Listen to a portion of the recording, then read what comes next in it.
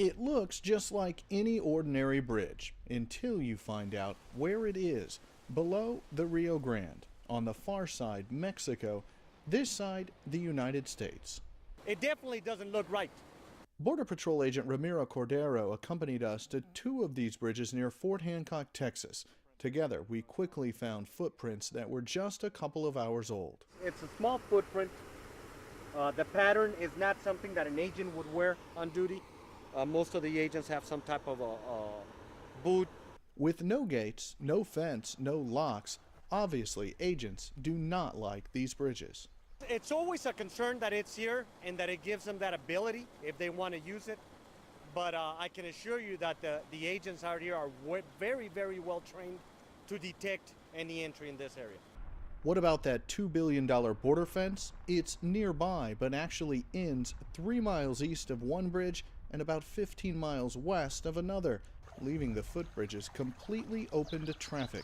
So why doesn't the Border Patrol simply tear them down or at least put gates up? They can't. It would help if this was probably secured better. But again, this is a bridge that does not belong to the agency. The bridge actually belongs to the International Boundary and Water Commission. Their spokesman told us over and over.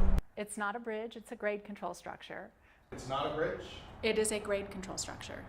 Technically speaking, it's not a bridge, it is a grade control structure, and it's there to control scouring of the riverbed and to provide that benefit so that we don't have that type of degradation of the river in that area.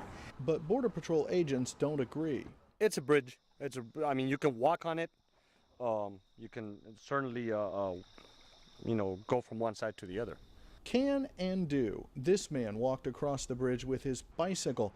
Border Patrol agents captured him, but he wasn't trying to sneak into the country to stay. He says he only wanted to fish from the U.S. side of the bank. The fact he came across so easily was extremely scary to the local sheriff's office. He used this little walkway to come across and fish over here. And if he can do it, so can drug cartels with loads of narcotics of any kind. Even a terrorist could cross here with weapons of mass destruction and be in the United States and up on the interstate and gone.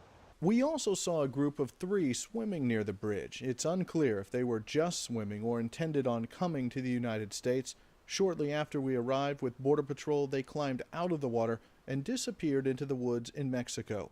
We also found this man walking near one of the bridges. He waved to us and then also left the area.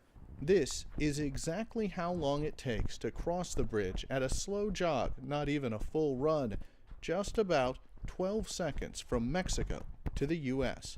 We took our concerns to the IBWC, who stressed Homeland Security has never formally asked them to secure the bridge.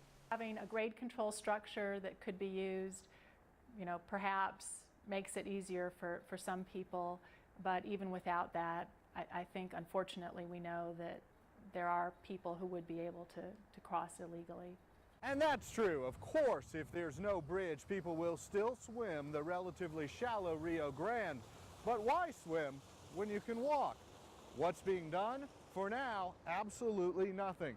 IBWC says they'll consider making changes to these structures, but only if formally asked by Homeland Security. So far, that hasn't happened. Rich Matthews, The Associated Press, Fort Hancock, Texas.